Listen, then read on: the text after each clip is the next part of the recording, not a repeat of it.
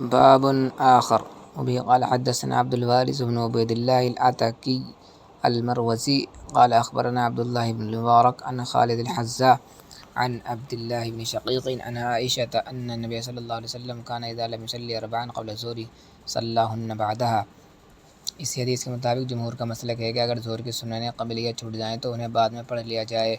پھر بعد کی ادائیگی کے بارے میں حنفیہ کے دو قول ہیں۔ پہلا قول یہ ہے کہ ان کی ادائیگی رکعتین سے پہلے ہوگی، وهذا القول منسوب إلى محمد بن حسن واختاره عامة المتون۔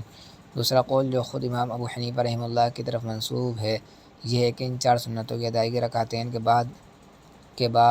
بھی بعد ہوگی۔ یہی قول مفتہ بھی ہے، اور حضرت عائشہ رضی اللہ تعالیٰ عنہ کی ایک روایت سے بھی اس کی تائید ہوتی ہے۔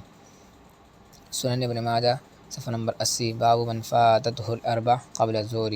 ابو عبداللہ امام ابن ماجہ رحمہ اللہ اس روایت کو ذکر کرنے کے بعد فرماتے ہیں لم يحدث به الا قیس عن شعبہ۔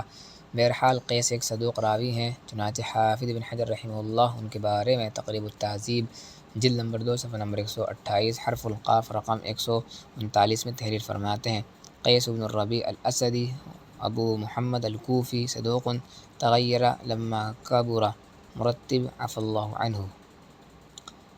روایت سے بھی اس کی تائید ہوتی ہے۔ قالت کان رسول اللہ صلی اللہ علیہ وسلم اذا فاتته الاربع قبل الظہر صلاها بعد رکعتین بعد الظہر واللہ اعلم۔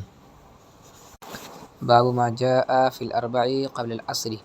عن علی قال كان النبي صلی اللہ علیہ وسلم يصلي قبل العصر 4 ركعات يفصل بينهن بالتسليم على الملائكة المقربين ومن تبعه من المسلمين والمؤمنين۔ بالتسلیم سے مراد سلام معروف نہیں بلکہ تشہد ہے، کیونکہ تشہد میں یہ الفاظ بھی آئے ہیں السلام علیک ایھا النبی ورحمۃ اللہ وبرکاتہ، السلام علینا وعلی عباد اللہ الصالحین۔ چنانچہ یہ رکعتیں ایک ہی سلام سے پڑھی جائیں گی۔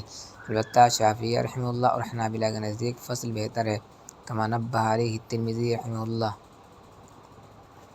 عن ابن عمر عن النبی صلی اللہ علیہ وسلم قال رحم اللہ امرأ صلی قبل العصر 4 رحم اللہ امرأ صلی قبل العصر 4۔